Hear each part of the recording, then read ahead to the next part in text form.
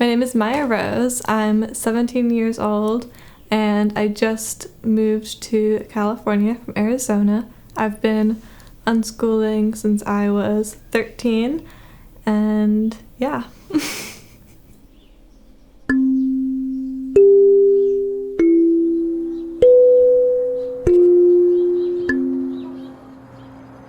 I started unschooling when COVID hit because why would I go to school? And I was 13 at that point. Leaving school was a process for me. I dropped out for 1 year in 7th grade and did not go to school at all because for health reasons. I was sick. I couldn't go to school every day. I couldn't deal with the mandatory attendance. And I literally failed a school year because I missed too many days. And then I went back for almost a year in 8th grade, but then COVID hit, and since I was in an alternative school that could not deal with doing Zoom, they just tried to give us paper homework, and I was like, no, this is not working. So I just decided to stop doing school and have been unschooling since that point.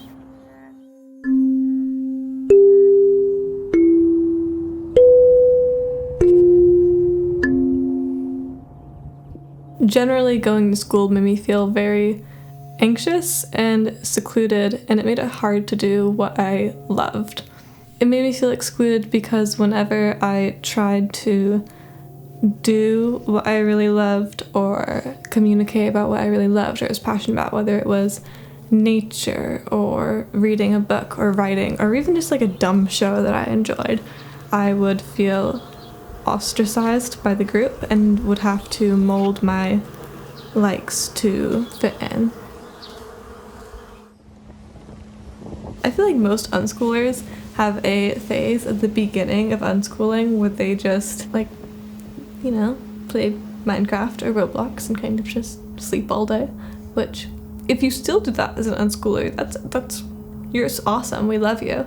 And I'm not saying that's bad, but I did that early on and I started feeling like I need to get outside, I need to move, I've been sleeping all day. And I probably did that for like 3 years. I think that really motivated me. Then I started going on walks like 5:30 a.m. and forcing everyone I knew to take me on hikes because I couldn't drive. And I found a local youth group to take me backpacking.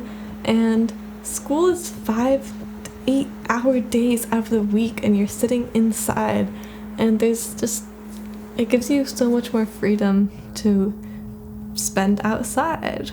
And it's just freeing to be able to go in the garden or in the mountains or in the desert or in the forest or wherever, just on 11 a.m. on a Tuesday.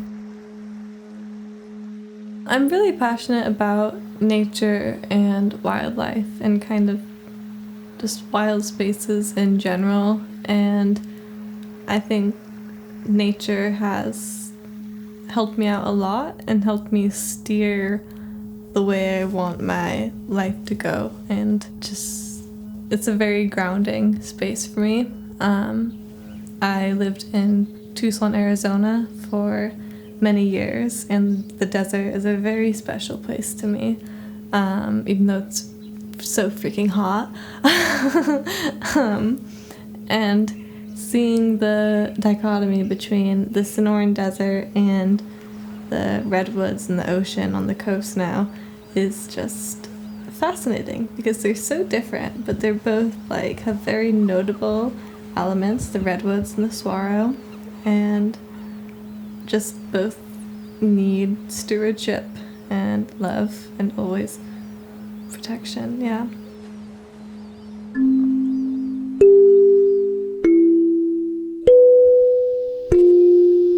Describing the day in the life of an unschooler is very difficult because every day is so different and unique, and that's kind of one of the very beautiful things about unschooling, where you don't have this strict schedule that's the same every single day. You each day can be its own invention.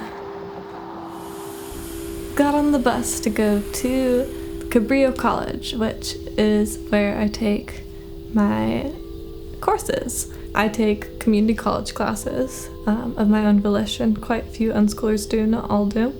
But in quite a few states, when you're below 18, you can take community college classes for free. And that was really cool for me because I could get all my credits for high school and graduate that way instead of ever having to set foot in a high school. And this semester, I was taking biology, permaculture, and piano. And today I was heading to my biology lecture. I usually take fun classes that I like.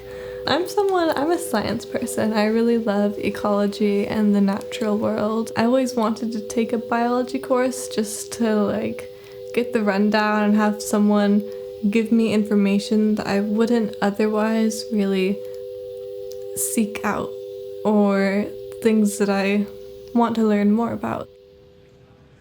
I was in my community college classroom once, and I was in a group of people, and someone asked me how old I was, and I said 16, and everybody laughed and then went dead silent, and then they looked at me and said, "Are you serious?" So most people don't realize that I'm 16, 17, and when they find out, they're surprised. But for the most part, they don't really care. They're a bit impressed, not less so academically and more so wow, you are, I had one of my friends in my class say, "When I was your age, I was just spray painting train cars. You're here in my math class with me." I started playing piano 3 days ago. I really like playing piano. I was really stressed about learning to read music, and I messaged my friend who is very good at playing piano, and I said, "God, I just don't know why I can't read the music. It's so hard." And she said, "Well, how long have you been going to class?" And I said, 2 days. She was like, "Well, no wonder you can't read the music."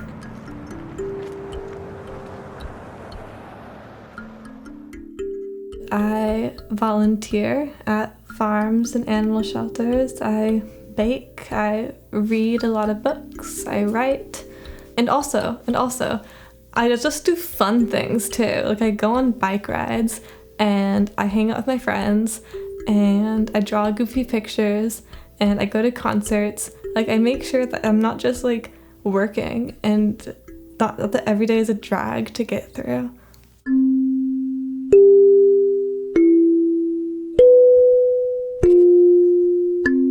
It's very true that in unschooling, learning is living and living is learning. And I've learned so much more from actually being in nature and working with plants and working with animals and observing nature than I ever have from sitting in a room listening to someone talk. The other day, I was volunteering and we planted an apple tree, and I'd read in a book before how to plant a tree, and I've seen some Pinterest posts on how to plant a tree, but I would have never known how to actually plant a tree unless I was volunteering that day and we just planted the tree, and now I know all the steps to do it, and I'm probably pretty confident to do it myself now. And I don't think I would ever be confident to just put a tree in the ground if I was in a lecture room and someone was explaining those steps to me, because I just wouldn't understand the ratios and the exact actually putting the shovel in the ground. Right now, I go into the woods as much as I can, and I think that's honestly one of the first beginner steps, because then you are learning about your local ecosystem, and you are slowly, the more you observe, the more you realize the connections between things, and you're appreciation for it just grows bigger and bigger and bigger and bigger. Like, you don't think it can get any bigger, but it just keeps getting bigger. But generally, I think just to pursue a passion in a career space, the first step is to really just love it. Like, just enjoy it as a general thing. It's hard to want to protect something if you don't love it in the first place.